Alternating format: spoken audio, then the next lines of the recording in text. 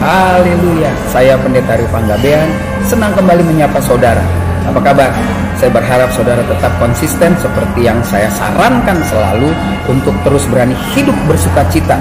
Pilih bersukacita, karena dengan bersukacita saudara akan melihat kemenangan-kemenangan Tuhan menjadi nyata. Mengapa?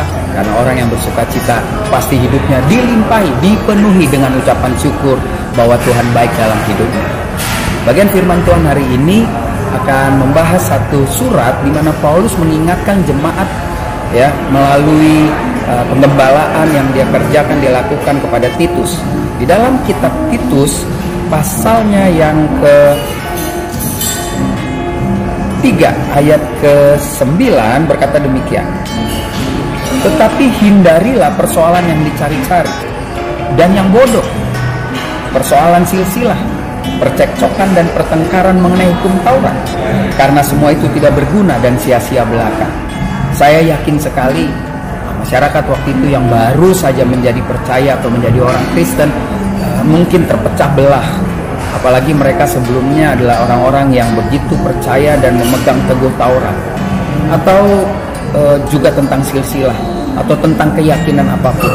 Lalu mereka mulai berdebat, mereka mulai menghakimi, mereka mulai bisa menentukan si A salah, si B salah, lalu mereka merasa doktrinnya paling benar.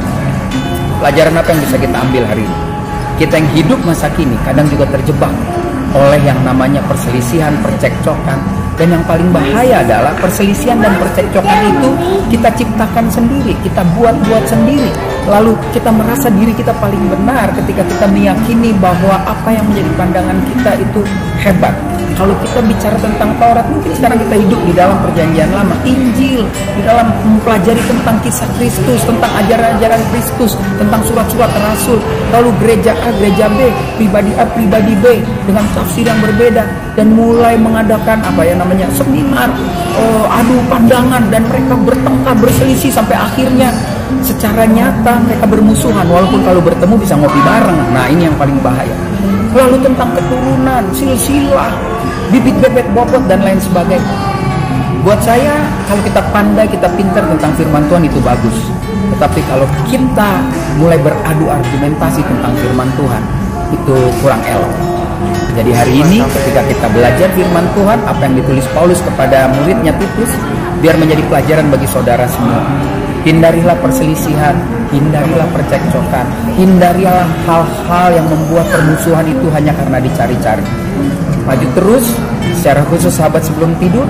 Dalam minggu-minggu ini saya sedang mempersiapkan semuanya untuk kita kembali mengudara untuk menyelesaikan 1 tahun 365 hari.